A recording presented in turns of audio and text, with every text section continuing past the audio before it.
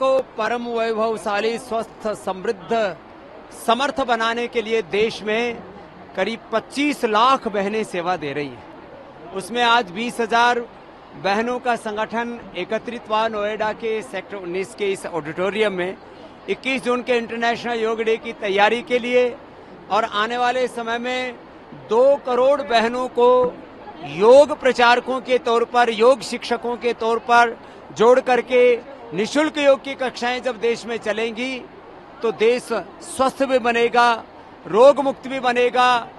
और रोगों से आजादी, नशा से आजादी, आर्थिक आजादी, वैचारिक सांस्कृतिक आजादी के साथ शिक्षा और चिकित्सा की आजादी का जो बड़ा लक्ष्य पतंजलि लेकर के चल रहा है, उसमें देश की मातृशक्ति की बहुत बड़ी भूमिका होने वाली है। उसका ये प्रथम बड़ा सम्मेलन यहाँ नोएडा और एनसीआर के संगठन के महिला पतंजलि योग समिति की ओर से किया गया।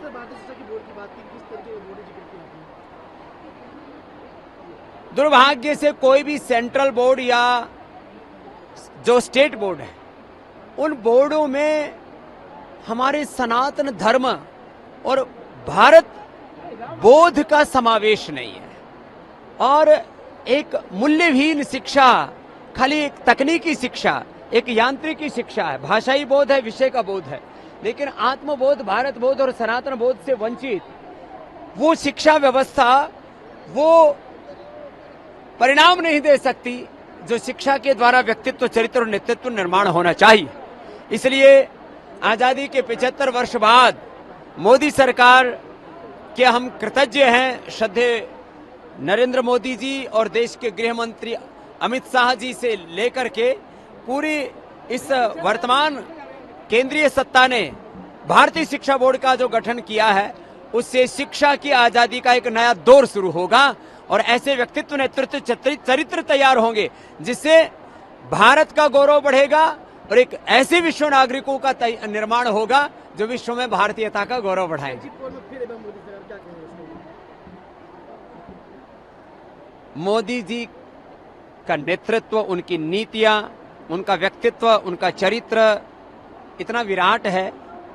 इसके पीछे उन्होंने वर्षों की साधना की है, तपस्या की है, और इसी वजह से देश के लोग उन पर विश्वास कर रहे हैं। ऐसा दिख रहा है एग्जिट पोल में भी, परिणाम भी ऐसे ही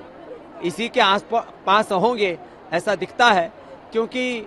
मोदी जी का जो एक हिमालय जैसा व्यक्तित्व है, उसके सामने दूसरा व्यक्ति खड़ा नहीं हो पाता है, और इसीलिए देश उन पर विश्वास कर रहा है। को परम वैभवशाली, स्वस्थ, समृद्ध, समर्थ बनाने के लिए देश में